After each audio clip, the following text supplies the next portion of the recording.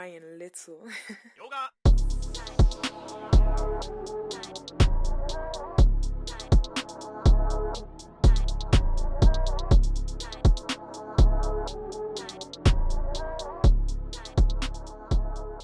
Hello guys, and welcome back to Car Obsession. You join me in the brand new Abarth 595 SS, and I want to start, if I may, with a complaint. Now the SS, you get a few more extra perks over the Competitzione, one of which are these lovely Sabelt seats. Sabelt? Well, you know what I mean, hopefully. They are trimmed with a bit of leather and red stitching. You have the 70 to mark the 70th anniversary of Abarth, which I like. However, the kind of backrest adjustment is right here. I can't get to it, so I want to adjust my seat, but I can't because my hand is trapped between the knob and the door. So I need to open the door to let the rain in, so I can adjust my seat.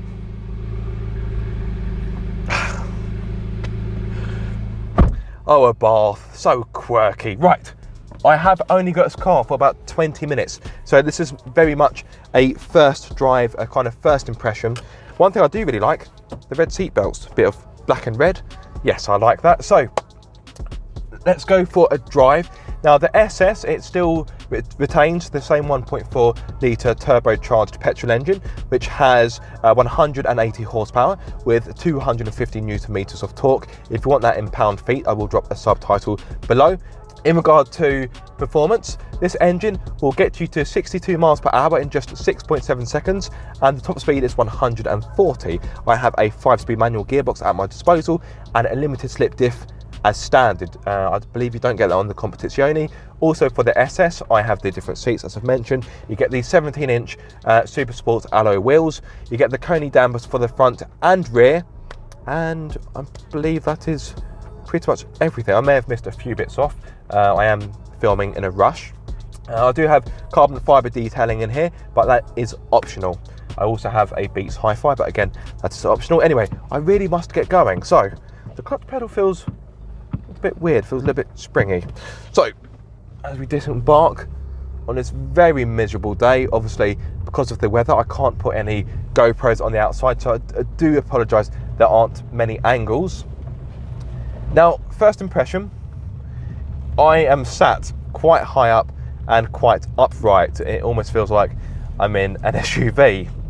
So, unless I'm mistaken, I'm pretty confident these seats can't... Oh, hang on, I'm being stopped. Oh, okay, good. I'm pretty sure these seats can't be lowered. So, it's a very high driving position. But to be fair, I've driven a few Abarths before, and this is not uncommon. I just would want to be sat a little bit lower, because it feels like my head is in the clouds right now. If I had a sunroof, I'd probably have to poke it up and put my head into a cloud and get my hair washed for free.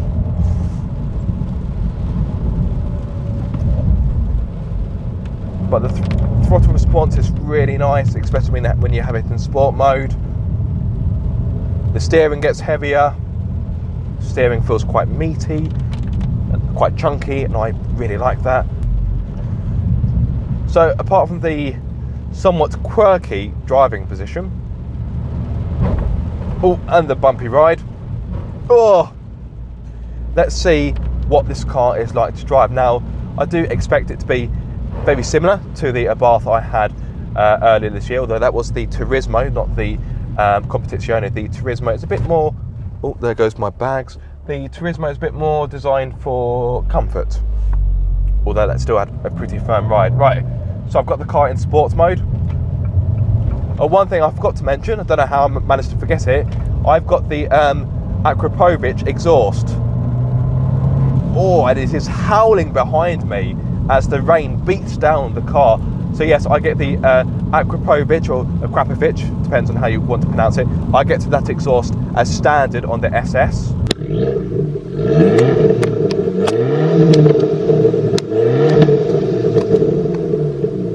And it sounds pretty good. Now, I do like Abarths. Yes, they are flawed and they are quirky, but you cannot deny they are a hoot to drive, and hopefully the SS will be no different. Like I say, this is a quick drive, but I'm sure oh, that's nice to rev match. I'm sure I will have an absolute blast. Now, I love these cars because they're so chuckable. Okay, I know in the past I've said the handling does feel a little bit one-dimensional, and oh, that's so punchy.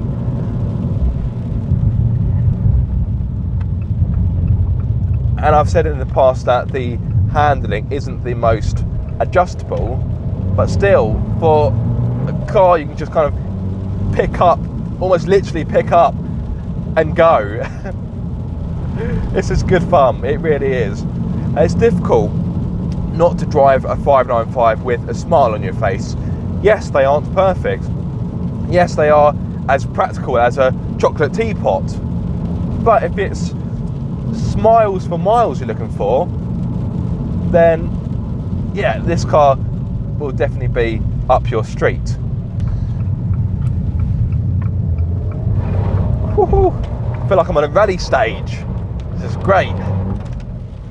Where's my pace notes? Left over dippy wet puddle, right round splashy bend, slide over crest into deep puddle. Yeah, don't give up the day job. I think that's a big puddle. That is a humongous puddle.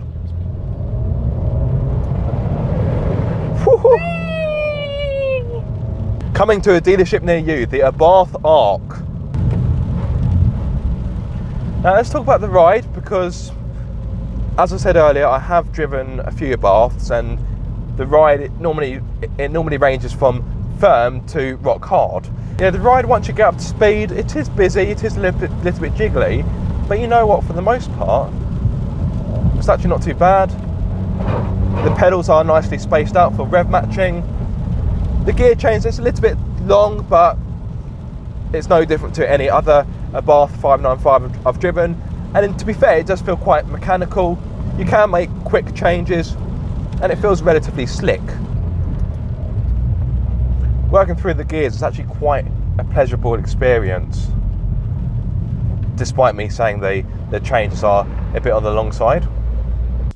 Right, time to talk about the price, which may be a bit of a deal breaker for some of you watching. There's no easy way to say it, so I'd come straight out with it. The car you see in this video is £28,910. Yes, that's almost the kind of money you'd be looking to pay for the brand new Ford Focus ST, albeit the diesel version. Now, to be fair, the model tested here does have some options, including the Beats audio system, red seat belts, bi-xenon headlights, the Campavolo grey paintwork, I hope I pronounced that correctly, rain and dust sensors, as well as the carbon pack, which alone costs £1,750. Without these options, you're looking at a price of £25,485, which is cheaper of course, but it's still more money than a Fiesta ST, and I'm pretty sure I know which one I'd rather live with. As much as this is a fun car, that's a lot of money for, let's face it, not a lot of car.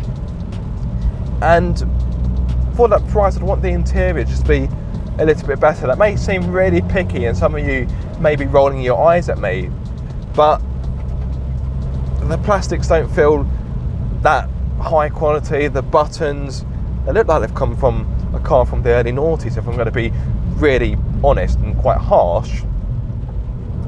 And the infotainment system, now I've used it a few times. The display is actually really nice. I like the display, I like the design, I like the layout, but it's a slow system. It's laggy, and when I had the 595 Turismo earlier this year, it did tend to crash. So yeah, it's quite a lot of standing water.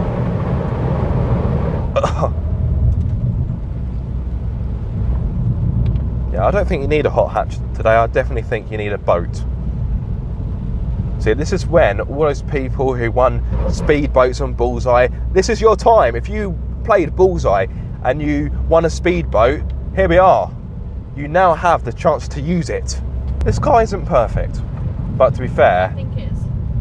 yes, that, and you know, the Abarth 595 has always been a little bit flawed in my opinion, but that kind of gives it more character, in my opinion. Right, I've got to concentrate here because I now have to drive on the wrong side of the road. So the 595 SS, it is a little bit pricey for what it is, and it's not the best value for money hot hatch going, nor is it the most practical.